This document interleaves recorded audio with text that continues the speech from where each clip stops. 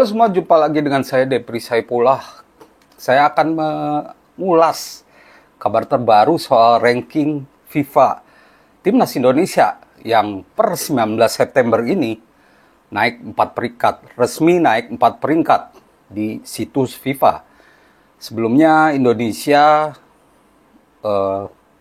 berada di posisi ranking 133 dan naik ke ranking 129. Semua ini tentu berkat penampilan timnas Indonesia di dua laga melawan Arab Saudi dan juga Australia. Dari dua laga itu, timnas Indonesia meraih 15,44 poin. Ini poin signifikan dan ini memudahkan langkah kita atau mendekatkan langkah kita menuju ranking 100 dunia, ranking FIFA 100. Dan kita ketahui bahwa Shin Tae-yong saat menekan perpanjangan kontrak dengan timnas Indonesia sampai 2027, dia ditargetkan, target utamanya salah satunya selain lolos ke Piala Dunia, dia juga ditargetkan untuk membawa Indonesia ke ranking 100 dunia. Nah, jalan menuju sana terbuka lebar. Memang kalau di Asia kita masih di peringkat ketiga nih. Di Asia itu ada Thailand yang September ini naik peringkat 100. Mereka sudah peringkat 100, sedangkan Vietnam turun 115. Dan kita tinggal 29 langkah lagi menuju 100 dunia. Dan bukan tidak mungkin kalau hasil-hasil bagus mengiringi langkah Indonesia di round 3 atau putaran 3 kualifikasi Piala Dunia, target Indonesia bahkan bisa tercapai tahun depan. Karena masih ada 8 laga lagi di round 3 kualifikasi Piala Dunia. Sedangkan Vietnam dan Thailand cuma akan menghadapi Piala AFF. Mereka sulit untuk mendapatkan kesempatan menghadapi lawan kuat, kecuali mereka mengundangnya. Dan tim kuat itu mau untuk menghadapi Thailand dan Vietnam. Seperti diketahui bahwa Malaysia juga agar tidak kehilangan poin, mereka mengadakan turnamen. Vietnam juga mengadakan turnamen, mengundang Rusia ya. Tapi turnamen terganggu oleh banjir ya waktu itu ya, sekitar ya samalah awal September lalu. Nah, ranking kita ada di peringkat 129, 29 langkah lagi. Nah, kita bisa melakukan lompatan luar biasa kalau bisa mengalahkan dua lawan terdekat, yaitu di laga terdekat melawan Bahrain dan Cina.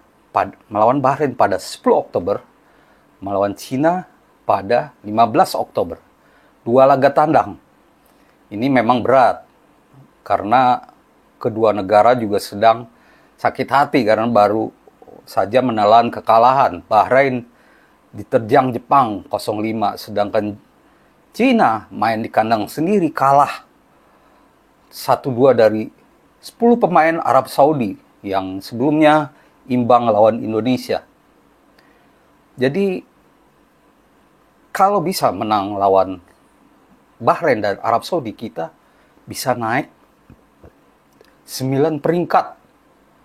Itu ke peringkat 120 dunia. Kita bisa mendapatkan potensi 32,44 poin. Wow, ini harus kita kejar. Ini memang tidak mudah ya, karena secara peringkat Bahrain dan Cina juga ada di atas Indonesia. Tapi itu bukan tidak mungkin. Seperti yang pernah saya sebutkan di video sebelumnya, Bahrain dan Cina sedang tidak stabil. Walaupun Bahrain ada di atas kita ya, peringkatnya saat ini berada di peringkat 3. Karena satu kemenangan ajaib melawan Australia di laga tandang. Sedangkan di kandang sendiri malah kalah. Nah, kita akan menghadapi Bahrain terlebih dahulu. Bahrain ini pasti akan mengincar Indonesia. Bahkan pelatihnya sudah sesumbar bahwa kualitas mereka lebih baik karena sudah mengoleksi 3 poin. Mereka meremehkan Indonesia yang hanya mengoleksi 2 poin dari 2 laga. Bahrain tidak melihat bahwa kita melawan negara-negara yang kuat ya. Memang Bahrain bisa menang lawan Australia. Tapi itu tidak jadi ukuran ya. Dan memang laga melawan Bahrain, juga Cina, utamanya Bahrain dulu kita bicara soal Bahrain. Ini perlu mental yang kuat ya. Karena Jepang saja sempat diteror oleh supporter Bahrain. Mereka mengejek lagu kebangsaan Jepang. Tentu ini cukup mengganggu ya. Berusaha memancing-mancing kontroversi. Tapi pemain Jepang punya mental kuat. Diejek seperti itu mereka malah mengamuk. Mereka malah pesta gol lagi di kandang Bahrain. Selain itu Bahrain juga, selain fansnya juga pemainnya juga kerap banyak acting. Dan kita tetap harus optimis. Dan seperti yang diungkapkan oleh Ketua Umum Erick Thohir bahwa laga utamanya mental ya. Karena mental ini paling penting. Dan untuk itu kita sudah teruji ya. Seperti saat lawan Arab Saudi.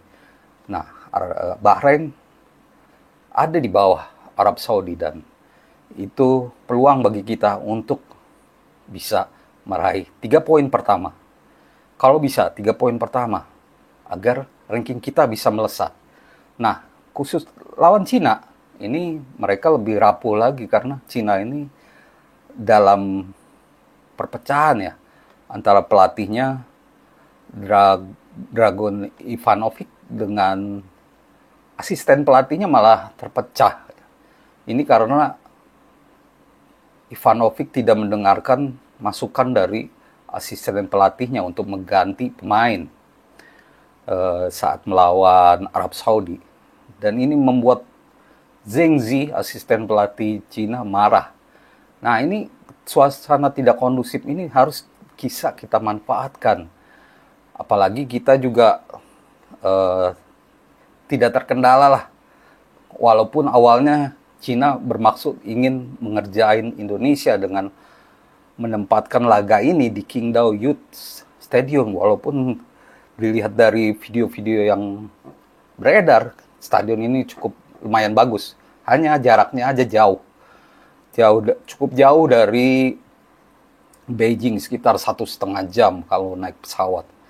Apalagi lewat darat ya. Dan kita ketahui bahwa PSSI mencarter pesawat dari Bahrain menuju Cina langsung agar tidak terlalu banyak menguras tenaga para pemain.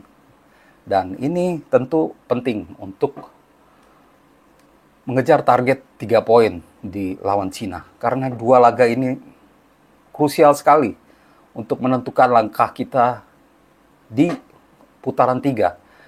Dan komitmen para pemain tidak perlu diragukan lagi seperti yang dikatakan oleh Sandy Walsh di sebuah podcast bahwa dia memastikan bahwa semua pemain sedang bersemangat tinggi. Semua pemain ingin membuat sejarah, semua pemain ingin dikenang sebagai legenda yang membawa Indonesia masuk Piala Dunia 2026. Pertama kali, walaupun dulu Piala Dunia pertama pernah juga diundang sebagai Hindia Belanda, tapi ini beda ya. Indonesia sebagai Indonesia ini bakal menjadi sejarah ya. Kalau bisa langsung ya dari putaran 3 ini lolos langsung. Tentu kita harus meraih posisi 2. Itu bisa dimungkinkan kalau kita bisa meraih 6 poin saat melawan Bahrain dan Cina. Sandy Walsh menegaskan seluruh pemain bersemangat. Dan ini jadi nilai plus juga saat sebuah tim punya semangat berlebih.